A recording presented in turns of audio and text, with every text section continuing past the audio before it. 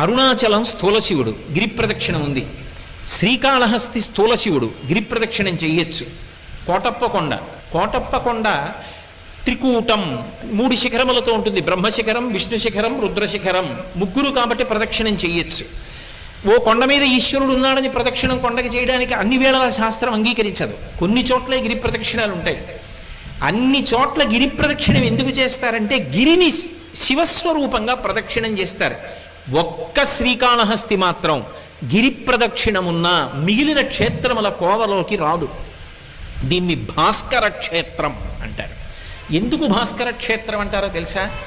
మనందరం పితృదేవతలు ఉత్తీర్ణులు కావాలన్నా, దేవతానుగ్రహం కలగాలన్నా, లోకములు శాంతి పొందాలన్నా, గ్రహములు శాంతి పొందాలన్నా పరమ ప్రమాణంగా ఏ కాలాన్ని తీసుకుంటామంటే సూర్యుడు ఉత్తరాయణంలో ప్రవేశించినటువంటి కాలాన్ని